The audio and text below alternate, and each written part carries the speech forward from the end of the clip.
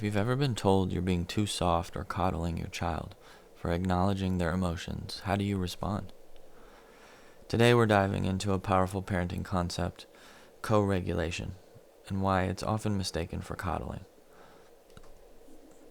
I'll explain the science behind co-regulation and how it helps shape your child's brain, especially the middle brain, and why it's a crucial part for emotional development.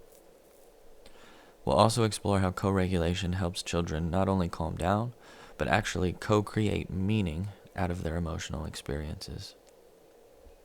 So first, what is co-regulation? Let's start with a working definition. Co-regulation is the process by which a calm, connected adult helps a child regulate their emotional state. It's what happens when a parent uses their own nervous system to help a child move from chaos to calm. It's not about fixing, minimizing, or distracting. It's about being present, attuned, and emotionally safe.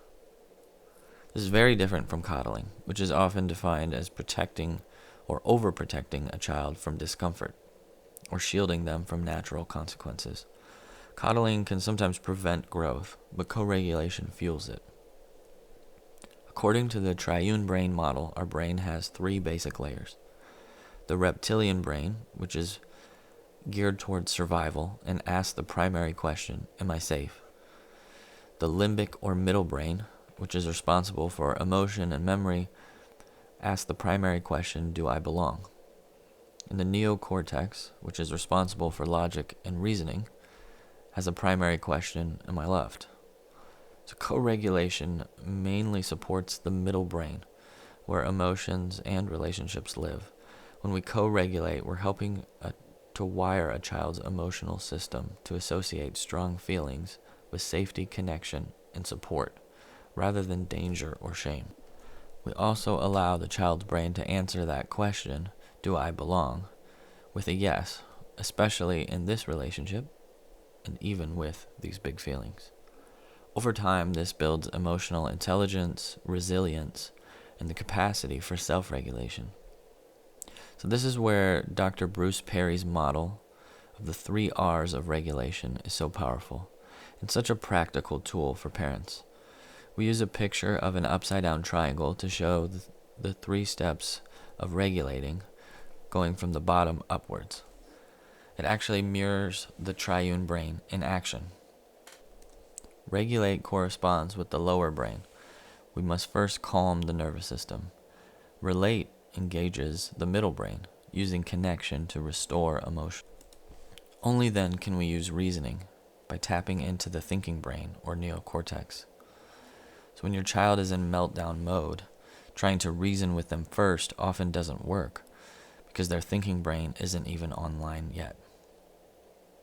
So let's say an example, if a child tries something new and gets overwhelmed and throws whatever they're doing down and says, I can't do it, I quit. Regulating might look like helping them take a deep breath or rubbing their back.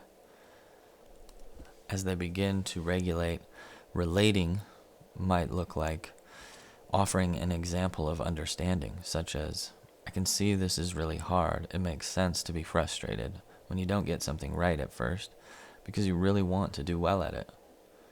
And then reasoning with them can offer the reminder that being a beginner isn't easy, and everyone struggles with new things, even me. See, if we went straight to reason, they might not be able to hear it. So co-regulation helps us move with their brain rather than against it. But co-regulation isn't just about calming down.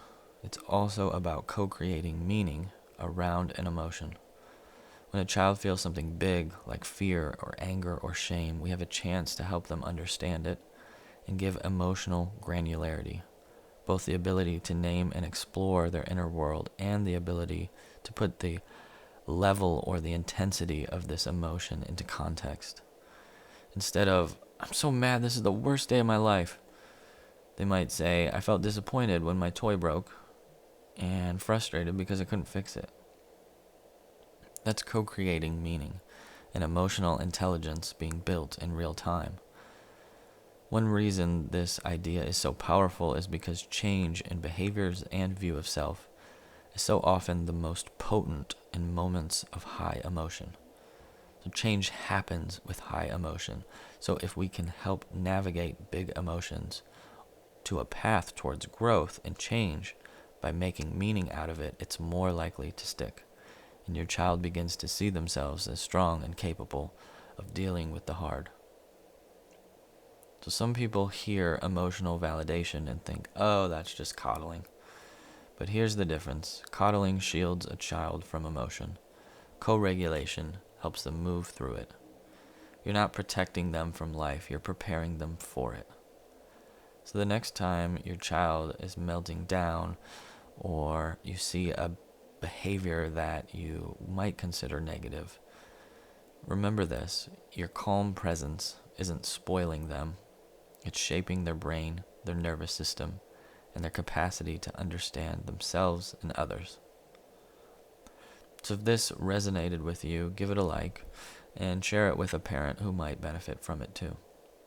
And if you'd like to see more practical tools on helping co-regulate or helping your child regulate, watch this video here.